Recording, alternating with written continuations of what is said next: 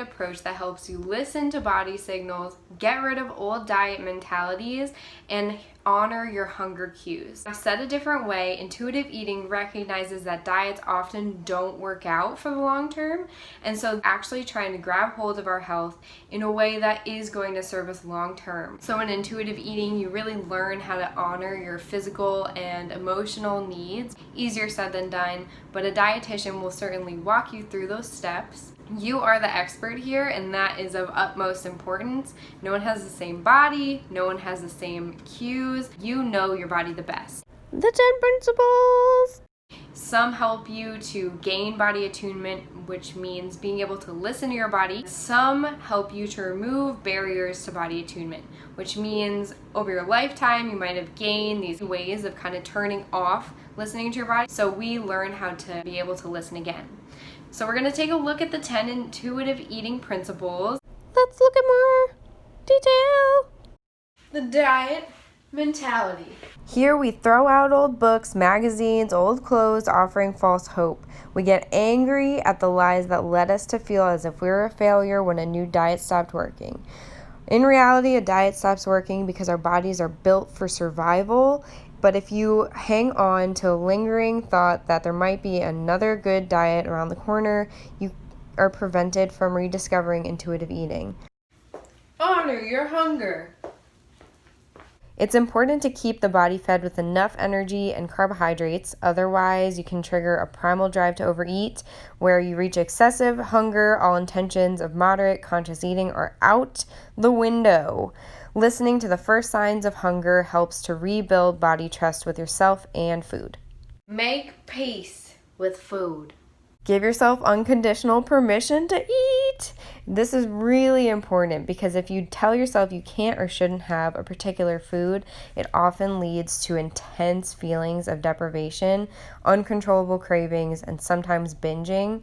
Once you finally eat that forbidden food, you eat with such intensity that it feels like the Last Supper overeating. Challenge the food police. The food police are unreasonable rules that dieting has created. The police station is deep in your brain and speaks negative, guilt-provoking phrases. Chasing the food police within your mind away is a critical step to returning to intuitive eating. Feel your fullness. Stop in the middle of eating and ask yourself how the food tastes and what your current fullness level is. Listen for body signals that tell you you're no longer hungry or you're comfortably full. This involves eating without distractions, leaving the clean plate club, saying no when you're not hungry, and there's also tools like the hunger fullness scale you see here that help to attune. Discover the satisfaction factor.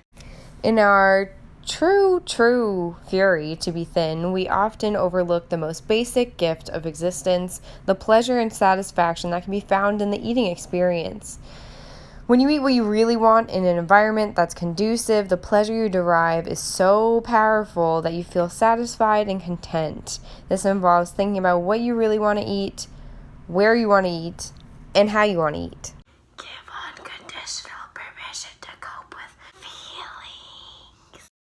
This is my personal favorite part of the discovery process, finding ways to comfort, nurture, distract, and resolve your issues. Anxiety, loneliness, boredom, anger, these are all emotions we experience throughout life, and each has their own trigger and each has their own appeasement. So discovering which satisfies this need for you is an exploratory and very important part. Respect your body. This involves accepting your genetic blueprint.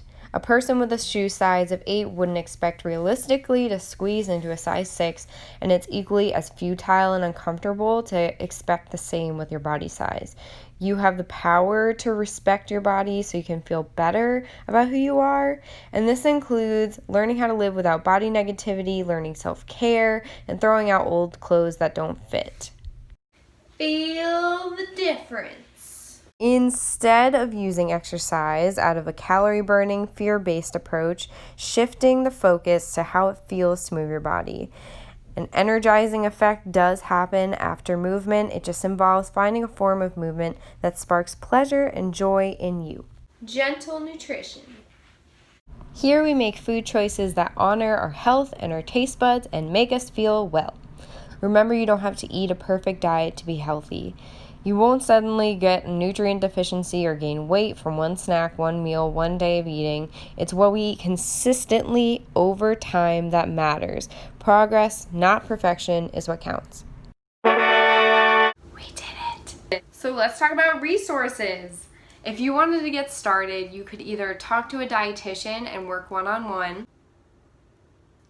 I'll put a link in the description for some resources, and then you can also buy the Intuitive Eating Workbook. That book looks like this. I hope you give it a try and let me know in the comments if you do.